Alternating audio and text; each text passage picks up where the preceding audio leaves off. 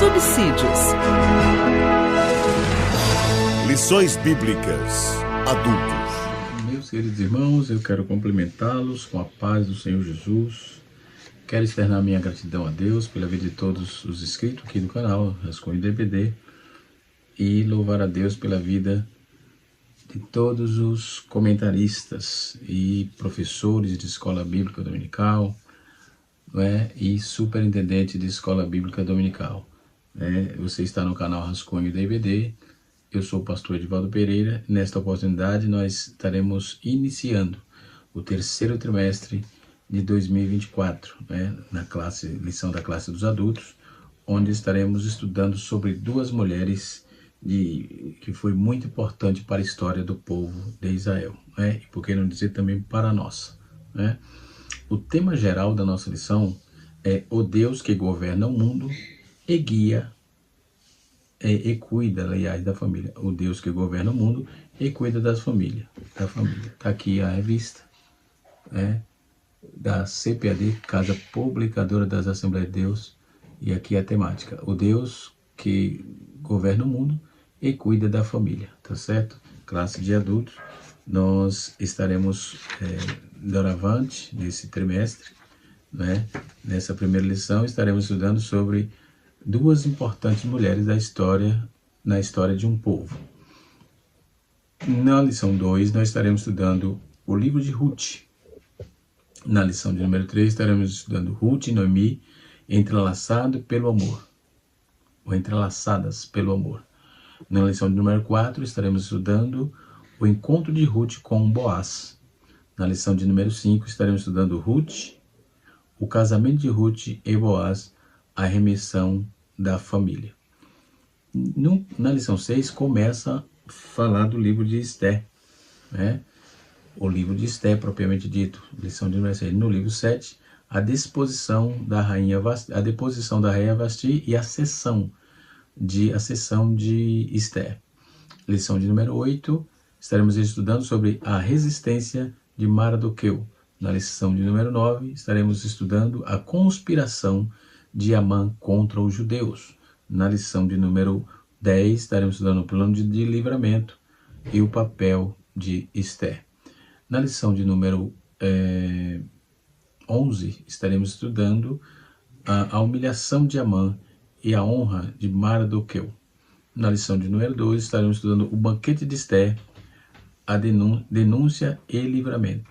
E na lição de número 13, a última lição, estaremos estudando sobre Esther, a portadora de boas novas. Então, o comentarista dessa lição é Silas Queiroz, Ele é um obreiro e tem umas referências interessantes, Temos aqui também o livro de apoio, Ele é pastor da Assembleia de Deus em Ji-Paraná, em Rondônia, é procurador-geral do município de Ji-Paraná, formado em Direito pela Universidade Luterana do Brasil e também bacharel de Teologia pelo Logos, Já fiz até uns cursos no Instituto Logos, na FAETEL, E assim sucessivamente. Então, é esse o comentarista desta lição, tá certo? Tá aqui o livro de apoio, entendeu? Vai nos ajudar bastante. Para trabalhar essa proposta, nós vamos estudar esse material também, usar bastante, Vamos usar as enciclopédias sobre a vida dessas pessoas, a exemplo da enciclopédia de Russell Norman Champlin, volume de número 2. Vamos estudar também o volume de número, vamos ver também, consultar o volume de número 5. Tudo isso tem informações importantes sobre esta temática, sem falar nos livros de indicação, as indicações que temos aqui na revista e também no livro, A história de Israel, da igreja cristã, os dicionários e assim sucessivamente. Vamos dar continuidade, tá certo? Tem um texto que eu escrevi há um tempo atrás, na verdade ele está em desenvolvimento para um livro, Onde eu estou trabalhando sobre a mulher na reforma, e da reforma até agora. Mas me aprofundei um pouco também sobre as mulheres da Bíblia, Tem aqui também outros materiais sobre esse assunto e no decorrer desse trimestre nós vamos apresentando aos irmãos. Fiquem atentos, porque são obras de muita qualidade, de muita relevância para o nosso aprendizado sobre essa temática, tá certo? Muito bem, alguns livros aqui de história de Israel, nós temos aqui do lado, temos aqui atrás, né? E nós vamos apresentando aí gradativamente, tá certo? Mas isto posto, vamos dar continuidade a esta aula. Nesta aula de número 1, estaremos estudando sobre as duas importantes mulheres na história de um povo, né? O textuário nos diz assim: então as mulheres disseram a Noemi, bendito seja Deus, seja o Senhor, que não deixou, hoje te dá um remidor, e seja o teu nome afamado em Israel. Ruth, capítulo 4, verso 14. Na verdade prática nos diz assim: conhecidas e anônimas, muitas mulheres foram fundamentais no plano divino e da redenção, no plano divino de redenção da humanidade. Isso é verdade, tá? Nua e crua. No texto bíblico em classe, mais uma vez digo em classe, né? Ruth, capítulo 4, verso 13 a 22 e Esté, capítulo 7, do versículo 1 até o versículo 7, tá certo? E o texto de Ruth diz assim: assim tomou Boaz a Ruth, e ela lhe foi dada por mulher. E ela entrou a ele, e ele entrou a ela, e o Senhor lhe deu conceição, e ele teve um filho, e ela teve um filho. Então as mulheres disseram a Noemi: bendito seja o Senhor, que não deixou, hoje te dá um remidor, e seja o teu nome afamado em Israel. E ele te será recriador da alma e conservará a tua velhice, pois a tua nora, que te ama, teve, e a ela te é melhor do que 7 filhos. E Noemi tomou o filho e o pôs no seu regaço, e foi sua ama, ou seja, sua babá. Ela cuidou da criança, né? E as vizinhas lhe deram nome, dizendo: a Noemi nasceu um filho, e chamaram o seu nome Obed. Este é pai de Jessé, pai de Davi. Estas são pois as gerações de Pérez. Pérez gerou a Esrom, Esrom gerou a Arão, e Arão gerou Abinadab, e Abinadab gerou Naasson, Naasson gerou Salum, Salum gerou a Boaz, e Boaz gerou Obed. Então, a Ruth era bisavó de Davi, né? E Obed gerou a Jessé, e Jessé gerou a Davi, né? Então, podemos observar com muita precisão a importante história desta mulher, né? Vamos começar aqui por Ruth. No livro de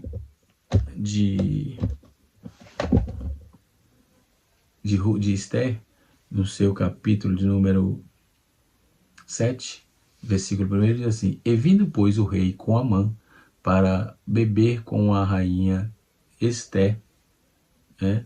Para beber com a rainha Esté, e disse também o rei a Esté: segundo o dia do banquete do vinho, qual é a tua petição, rainha Esté? E se te dará a qual o teu requerimento, até a metade do reino te fará. Então respondeu a rainha,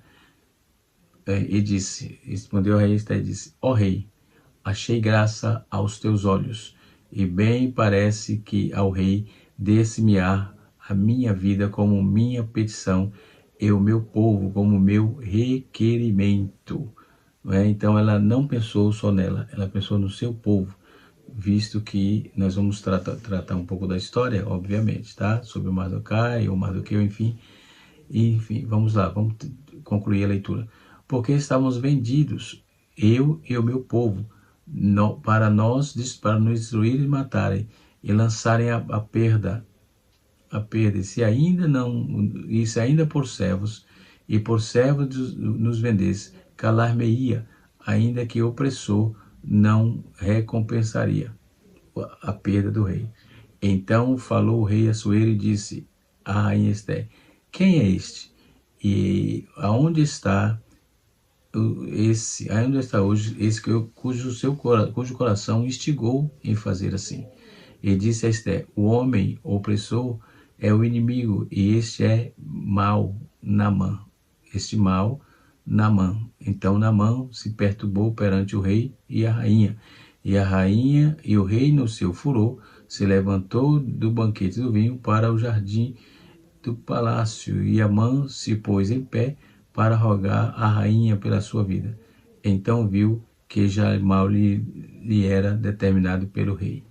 Então, como traduz hoje, né, para os nossos dias, o inimigo se levanta, mas se levanta para cair. Né? Então vamos começar a trabalhar essa lição baseada nessa proposta. Né? Nós temos aqui os tópicos. A lição está dividida, como sempre, como de praxe, em 3 tópicos. Ruth, primeiro tópico, Ruth, uma mulher importante para a linhagem de Davi. Lição de número 2, Esther, a mulher que agiu para a sobrevivência dos judeus. Né? E no capítulo de número 3, nós temos mulheres de Deus como protagonista da história. Né? E assim sucessivamente. Nós vamos dar continuidade aos trabalhos, a essa lição, tá certo? Na introdução nos diz assim: Ruth e Esther são os 2 livros da Bíblia que levam o nome de mulheres, né? São os únicos, na verdade, que resistem o nome de duas mais belas e extraordinárias dramáticas, né? Histórias dramáticas.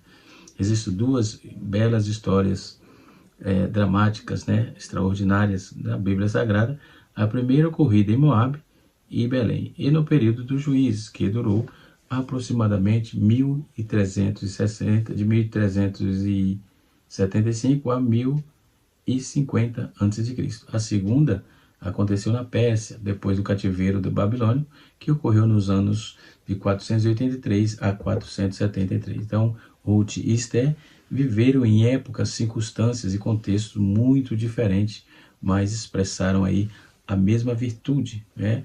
Espirituais e morais, de fé e convicção, humildade, coragem, obediência e simplicidade, tá certo? Então, vejamos: fé, convicção, coragem, humildade, obediência e simplicidade, tá certo? Essa é a base da nossa caminhada, tá certo? Então, no tópico número 1, nós temos assim: uma moabita, subtópico 1. Descendente de Moabe, filha da relação incestuosa de Ló e sua sobrinha, o sobrinho de Abraão com sua filha, não é? Então, em Gênesis capítulo 19, verso 30 a 37, os moabitas eram um povo pagão, hostil a Israel, desde os dias do rei Balaque, não é? E habitavam a leste do Mar Morto, atual Jordânia, né? E eram dados à idolatria, à imoralidade sexual. Então esse povo de Moabe era realmente hostil, tá certo? Pertencente a esse povo que era todo improvável que Ruth fizesse parte da linhagem de Davi, entendeu? Observe. Então a família da qual viria o Messias, o Salvador do mundo. Então, mas os caminhos de Deus são mais altos que o nosso. Então, são muito acima da nossa compreensão. Ele é soberano, faz do improvável o provável e do impossível o possível, quanto cremos nele e tememos e obedecemos sem impor-lhe qualquer condição. Então, é assim que Deus trabalha. No subtópico de número 2, nós temos a família belemita. A história de Ruth, ela muda a partir do seu ingresso dentro da piedosa família de Belém de Judá. Essa família era a família de Noemi, casada com Elimeleque, que tinha 2 filhos, Quilion e Malom. E sabemos que Orfa casou com Quilion E Ruth casou com Malom, né? E depois de algum tempo na terra dos Moabitas, o Elimeleque morre, ficando Noemi na companhia de seus filhos.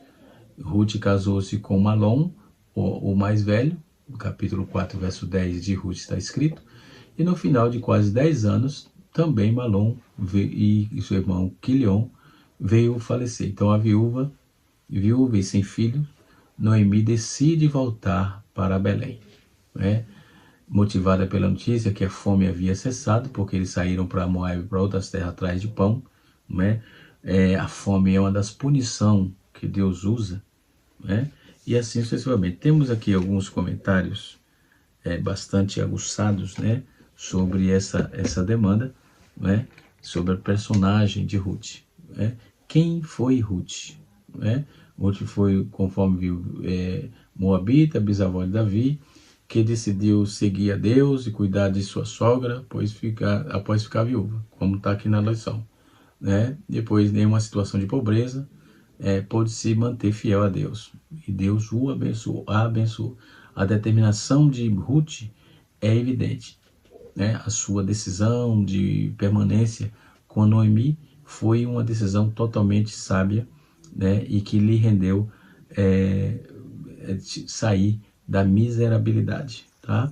Então, em um momento de grande dificuldade, ela demonstrou coragem ao enfrentar os desafios em uma nova terra, uma nova cultura, mostrando seu compromisso em cuidar da sua sogra Noemi e compartilhado com ela, né? Então nós podemos observar que Ruth casou-se com Quilion, conforme vimos. Então elas ficaram viúvas, sem filho. Noemi decidiu voltar, motivada pela notícia que havia terminado a fome em Belém, embora pudesse permanecer em Moab, se ela quisesse ficar lá. E decidiu, órfã, viúva de Quilion, e Ruth escolhe ir com a sua sogra. A órfã voltou para a sua terra, né? E Ruth escolhe ficar com... Na verdade, ela ficou, né? E Ruth resolve voltar para a sua terra, Belém, né? Então, declarando aí, nós vamos ver que Ruth escolhe ir com a sogra, declarando-se a sua fé no Deus de Israel. Quando ela fez essa escolha, ela está fazendo literalmente uma declaração. No capítulo 1, versículo 4, versículo 6, versículo 16, tem essa afirmativa e essa prova, né, dentro da Bíblia. Então, o matrimônio, subtópico número 3, matrimônio e maternidade. Essa síntese biográfica tem um apêndice em Belém, os dois eventos que foram fundamentais para que o propósito de Deus se cumprisse na vida dessa Moabita, apegada à sua sogra e sempre disposta a obedecê-la e a servir. Então Ruth alcança o favor de Deus, de Israel, sob cujas asas te vieste abrigar, conforme está escrito no capítulo 2, versículo número 12. O casamento de Boaz fazia parte do contexto, porque alguém tinha que remir a família, porque os seus pais, seu esposo Elimeleque havia falecido, o esposo de Noemi, e o esposo o Quilion, o Malom também tinha falecido, conforme já vimos, o Quilion também, e apareceu o parente de primeiro grau não assumiu a responsabilidade de remidor, né? Que era um contexto que tinha em Israel. Quando uma família perecesse e a mulher ficasse, alguém tinha que cuidar, né? E até casar, que foi o que aconteceu, né? Que é remir a família, né? Então esse é o papel do remidor. E aí o texto diz que Elimeleque e o nascimento de seu filho Obed em hebraico quer dizer servo, e faz aí de Ruth uma nascente direta, um ascendente direto de Davi, de quem ela foi bisavó, integrante da genealogia de Jesus, no capítulo 4, versículo 1 a 22, Mateus capítulo 1, versículo 5 a 17, Lucas capítulo 3, verso número 32. Honrar o casamento e a geração de filho traz bênção de Deus para as nossas, muitas bênçãos para a nossa geração, tá certo? Isso é um fator importante. Mas qual é a história de Ruth? Ela é muito conhecida entre os cristãos, né? Sobretudo por conta de sua parceria com Noemi. Isso nós já vimos. Quem foi Ruth? Uma moabita que viveu no período dos juízes, né? E que aparece aí como personagem principal no seu livro. É um livro que leva o seu nome. O significado de Ruth, ele é discutido no meio entre os estudiosos, os espectadores, mas tem a conotação de Heldt, que significa como que fosse companhia feminina, né? Então Ruth significa companhia feminina. E se casou com uma delas se casou com 2 fazendeiros. Ela casou 2 vezes e casou com 2 fazendeiros. O primeiro foi com Malom, e o segundo, depois de viúva, casou com Boaz. Malom era filho primogênito de Elimeleque e Noemi. Isso já vimos também. Então, o relato bíblico, ele nos apresenta, nos revela que os 2 filhos de Elimeleque casaram com mulheres moabitas. Eles eram belemitas e casaram com mulheres moabitas. Uma era Ofra e outra era Ruth, né? Também já vimos. Então, Elimeleque e sua família, ele eram israelitas, vindo de Judá, e partiram para Moabe durante o período da fome, né? Então, isso significa que a família de Elimeleque havia ignorado o mandamento que proibia o relacionamento entre judeu e moabitas. Essa proibição você vai encontrar em Deuteronômio, capítulo de número 23, versículo 3 e 4. Deuteronômio, capítulo número 23, versículo 3 e 4. Talvez ela não tivesse conhecimento dessa proibição, não é? Mas embora essa possibilidade pareça pouco provável. No livro de Levítico vai trabalhar sempre sobre essa questão do levirato. Ela casou nessa formalidade a segunda vez, né? Porque a lei do levirato dava esse direito, que aparecesse um parente de segundo grau podia casar com ela ou com uma pessoa, uma mulher viúva, para remir a família, né? Trazer seu remidor. Depois nós temos a Noemi, a Elimeleque, então acabou perecendo, conforme já vimos, né? E a decisão de Ruth, que implicava necessariamente a sua troca de nacionalidade, né? Saindo de Moabe, não sendo mais Moabe, e sendo belemita, né? de Israel, né? E depois nós temos outro personagem. Nós temos 3 personagens nessa questão. Nós temos Ruth, nós temos Noemi e nós temos Boaz, tá certo? Na lição de número 2, conforme viu no tópico número 3, assim: esta síntese biográfica de Belém do Judá traz 2 eventos fundamentais com o propósito de Deus para cumprir. Conforme nós já vimos aqui, que a honrar o casamento é a geração de filhos, e a geração de filhos traz a bênção de Deus para muitas gerações. Então isso estava acontecendo naqueles dias porque ela ouviu a Deus e fez o papel correto, né? Esther, uma mulher que agiu para a sobrevivência do seu povo.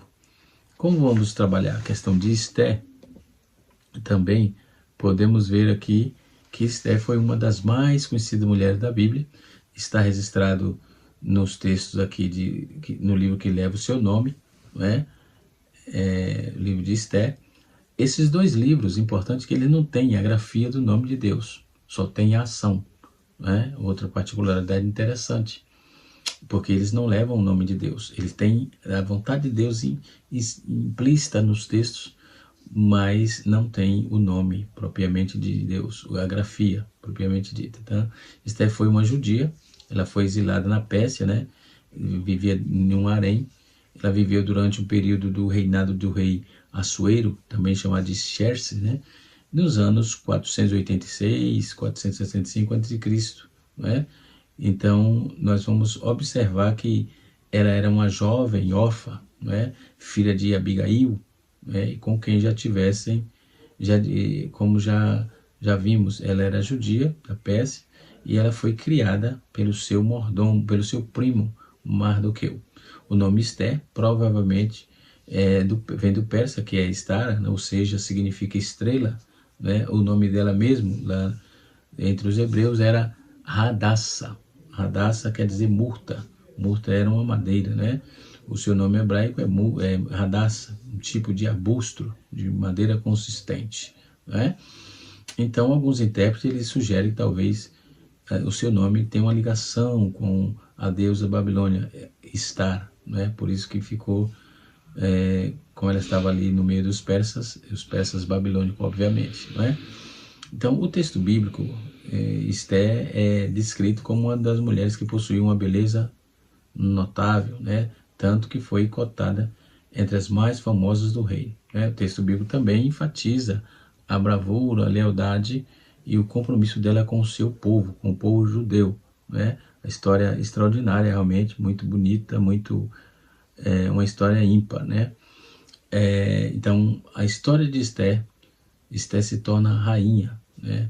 Certo dia, o rei da Pérsia, o Assuero, realizou uma festividade para o povo, a festa na fortaleza de Suzã, enquanto ele dava um banquete para os homens, né? Sua esposa, até então era Vasti, enfim, oferecia um banquete às mulheres. Então ele oferecia um banquete ao homem e ela oferecia um banquete às mulheres, né? E podemos observar dentro da lição e de todo o comentário que temos e estudamos, né, nós vamos observar que em um determinado momento Assuero mandou chamar Vasti e ordenou que ela entrasse à sua presença usando coroa real. A Vasti se recusou de cumprir as ordens, porque muito provavelmente implicava em alguma situação desonrosa a ela, né? Então, com a recusa da rainha Esté, da rainha, no caso, Assuero, a rainha Vasti, Assuero destituiu-a do posto, ou seja, ela foi destituída do posto e mais tarde ele foi aconselhado a convocar as moças virgens. Então ele estava meio entenebrecido com a bebida, obviamente, e acabou assim, fazendo alguma coisa que ela se recusou. Ele achou que estava errado, como ele era rei, palavra de rei não volta atrás, né? E foi isso que aconteceu, está no texto, explícito no texto, né? Isto é, por exemplo, Esté, ele foi chamado, aconselharam ele para chamar as moças virgens de boa aparência que havia no seu reinado, inclusive as do harém, né? Então, Esté estava entre essas jovens. Então, Esté alcançou o favor da corte de Assuero, isto é, ela conseguiu agregar o agrado necessário para sobreviver na corte. Obviamente foi esse resultado, uma providência divina. Vejamos em Esté, capítulo 2, no seu verso 17, também no texto que lemos, e Esté, capítulo 5, verso de número 2. Esté foi submetida a um tipo de tratamento de beleza, não é? Por 12 meses, ficou um ano tratando, né? Passando por processos, né? Passando esse período, ela foi conduzida por um dos eunucos, né? À presença do rei, e as jovens eram levadas ao rei e depois não tornavam mais a ele, né? Exceto se o rei gostasse de alguma delas e chamasse pelo nome. Aí ele estava aprovada. Isso aconteceu com Esté. O rei chamou Esté mais do que todas as mulheres. Ela alcançou perante ele o favor, né, da benevolência, né, de estar ali. Mais que todas as virgens, capítulo número 2, versículo 17. Esté foi coroada como rainha no lugar de Vasti, e foi feito um banquete de coroação de Esté após se tornar rainha. Então, Esté passou a viver no palácio de Suzã.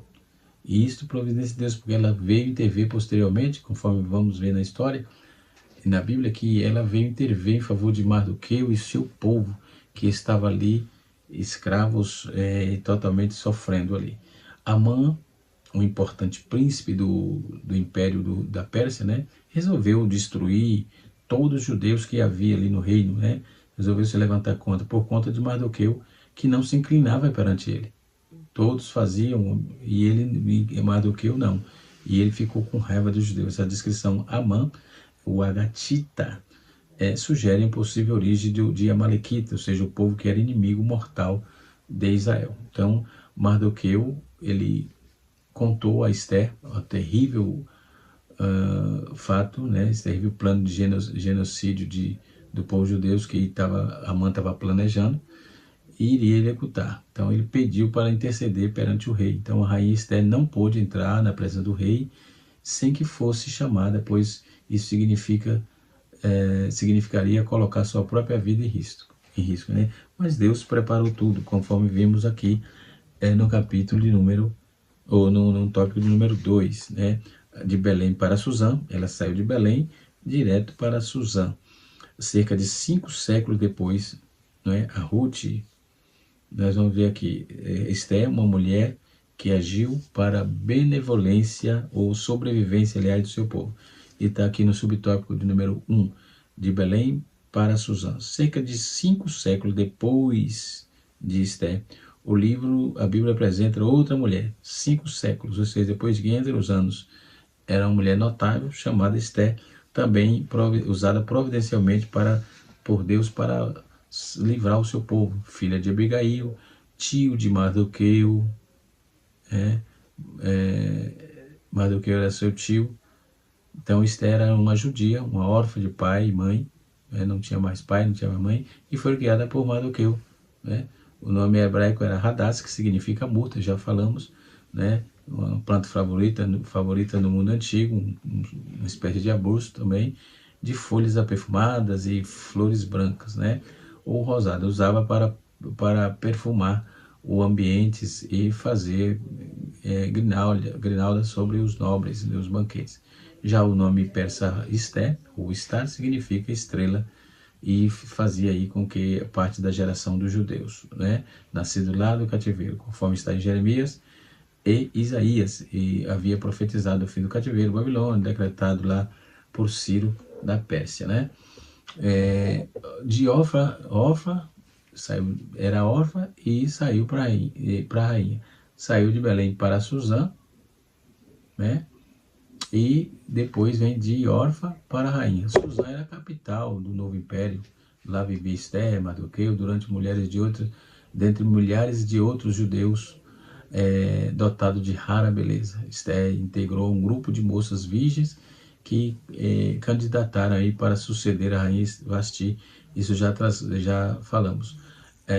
Matt Wayne diz que ainda que o nome de Deus não se encontre no livro de Esther, o mesmo não se podia dizer com a sua mão, ou seja, a mão de Deus estava agindo. Isso eu já falei antes mesmo do próprio comentarista, não é? Estamos estudando alguns comentários para trazer uma aula bem concisa, bem consistente para os irmãos, tá certo? No campo e no palácio, assim como Ruth e Esther. Esther é um exemplo, assim como Ruth, Esther é um exemplo inspirativo quando se vale de fidelidade, não é? Então, vamos observar a rainha Esther. Ela usa de sabedoria para interceder pelos seus povos. Após 3 dias, Esther se aprontou aí com seus trajes reais e entrou no pátio interior da casa do rei. Então, Assuero, assentando-se ao seu trono, viu Esther parada no pátio e estendeu o cetro de ouro que tinha na mão em favor de Esther, permitindo que ela se aproximasse, né? Quando isso acontecia, era uma permissão que o rei dava para que se aproximasse. O rei perguntou o que ela queria, ela teve a oportunidade do seu pedido e ela disse que daria até ele disse que daria ela até metade do reino, né? Então, agindo com muita sabedoria, apenas convidou juntamente com Amã para participar de um banquete que ela havia preparado. Na ocasião do banquete, Esther solicitou a permissão para preparar um segundo banquete no dia seguinte. No segundo banquete, Esther, ela revelou para o rei o que ela era judia, revelou para o rei que ela era judia e que todo o seu povo estava sentenciado à morte. Esther também contou que Amã era quem tinha tramado toda aquela maldade, né? Observando isso, nós vamos observar que o rei ficou muito furioso, deixou o banquete, indo para o jardim do palácio.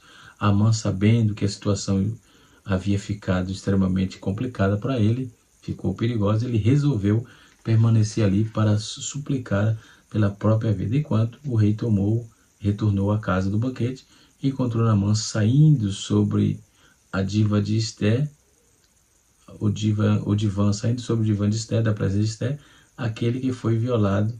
Foi uma violação de protocolo, então irresistível para o rei.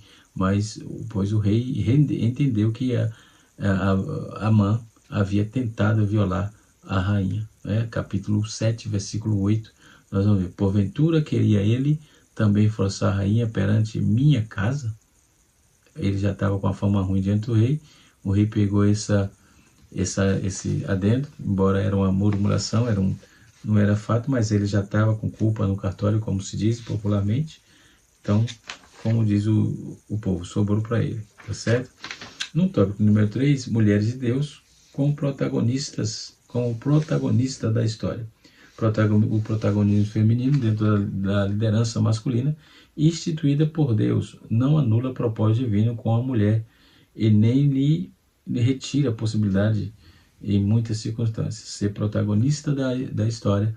Isso não implica, todavia, na necessidade de confundir ou inverter papéis entre homem e mulheres.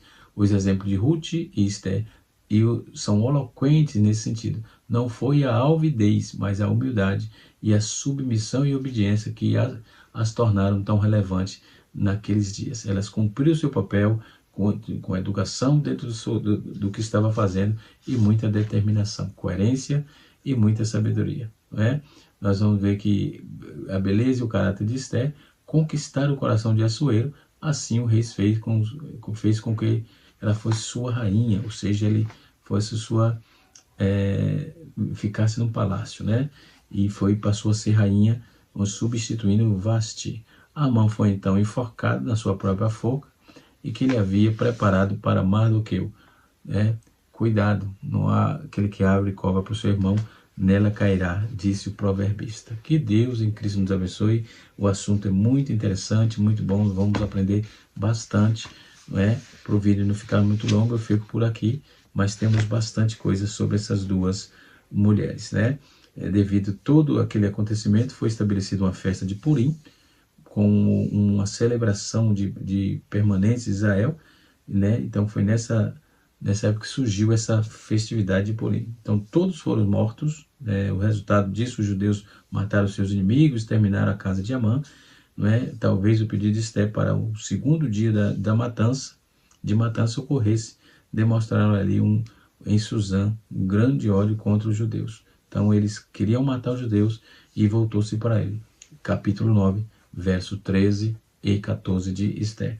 Então foram mortos cerca de 75 mil inimigos que odiavam o povo de Deus, porém eles não trocaram nos seus despojos, seus inimigos. Talvez aqui que ser visto um contraste desse episódio. Nós podemos observar que os despojos dos amalequitas foram tomados, né?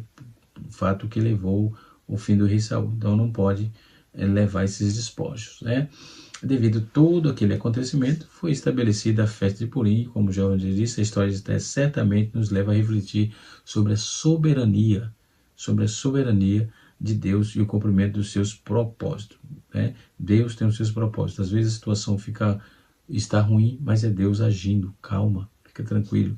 Deus está cuidando de tudo. Que Deus abençoe tudo, que o poder de Deus e a glória de Deus possa invadir o seu coração de uma forma toda especial. Que a boa mão de Deus o guarde. Canal Rascunho DBD, ensinando para transformar vidas. E até a próxima aula, se Deus assim nos permitir, onde estaremos estudando sobre o livro de Esther. Tá certo? Um abraço a todos. O livro de Ruth, ou melhor, o livro de Ruth. Um abraço a todos. Até a próxima.